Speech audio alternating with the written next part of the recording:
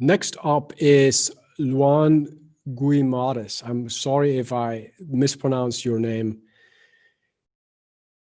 Hello, my name is Luan, and I've been working at Wildlife for the past 2 years, maintaining a global game infrastructure using Kubernetes, Cilium, and other amazing tools that supports millions of daily active users playing our online games. And I'm here to talk about why we have chosen Cilium and eBPF and how it has become one of the most important parts of our architecture. So in the end of 2018, we started the preparations for two big game launches planned to be released in the middle of 2019. One of the most important things to do was to rethink our Kubernetes networking model in order to support better integration between workloads in different AWS regions, which was really important for our microservices. And the CNI plugin that we were using that time didn't support pod-to-pod communication, so we were exposing services through internal load balancers and connecting parts of our internal game architecture using NATs. To understand why we needed pod-to-pod communication, I'm gonna show you two different systems we use for creating our games. The first one is called Pitaya. Pitaya is a lightweight game server framework used to build several components of each game. These components use a centralized etcd cluster for auto-discovery, therefore they can communicate with each other in two different ways, through NATS topics or a more performatic method relying on gRPC. And the other system is called Maestro. Maestro is a game room scheduler for Kubernetes, which is responsible for scaling up and down different stacks of game rooms on demand, making sure that we always have game rooms available for new matches. So in order to reduce latency and improve the user experience, our stacks are deployed in several regions around the world. This also creates a fault-tolerant system where it's possible to turn off game rooms in specific regions and redirect users to another point of the globe for a while.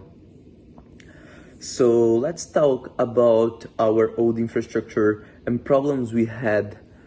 It was really hard to configure routing for pod-to-pod communication in an easy way in order to enable Pitaya's gRPC integration in multiple clusters. It was also hard in terms of scalability because for each shared service like TCD, NATS or Jaeger, and so on, we had to maintain internal load balancers and their respective DNS records.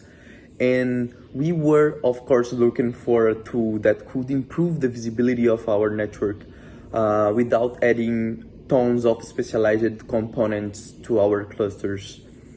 The big question was, how can we create and monitor a highly available global networking for critical game components that need to reach each other and also communicate with some centralized shared services like a TCD, for example. As the existing clusters were deployed using COPS, some different supported CNI plugins appeared as good candidates to meet the requirements. So we ran several tests against the available options, comparing from the setup complexity to the networking performance. And after analyzing Cilium's positive results, like the stability running hundreds of nodes and the small amount of requests to Kubernetes API, we came up with a plan to roll out Cilium for all the production clusters. The migration process was really challenging and it took months of work. Thanks to the good documentation and the amazing support of the Cilium community, we could easily configure the cluster mesh feature, making it possible to enable the gRPC mode on Pitaya. The pod-to-pod communication improved the server's performance and removed one of those single points of failure, which was NATS. And in a second migration around, we replaced most of the internal load balancers we had for Cilium global services. This process included the migration of those load balancers attached to Pitaya's etcd and to internal login and tracing stacks, for example. These removed the complexity of maintaining a lot of cloud-scoped load balancers for internal usage and their respective private DNS records. This is how it looks after the migration. The game rooms and other game components talk to each other using cluster mesh VXLAN layer. And here you can also see the global service to reach etcd. So today we have Cilium deployed in almost 30 Kubernetes production clusters.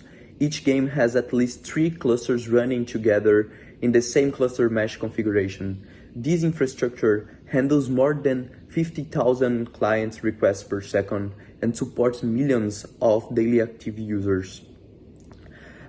Since the migration, we've been working with the Cilium team to improve our systems. This close interaction supported in a good way some investigations and allowed us to solve problems together, increasing the reliability of our network. Now, we are looking forward to improve the security of our environment with the powers of network policies toward the Zero Trust Network initiative.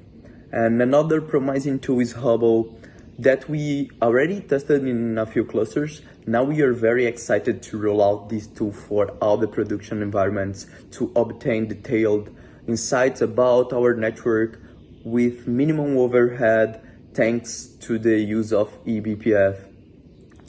So this is how we are using Cilium at Wildlife, and if you want to know more about the story behind this journey, you can check the post I published on the Cilium blog on September 3rd, detailing everything about it. That's it. Thanks. Hope you enjoyed, folks. Thank you very much, Luan.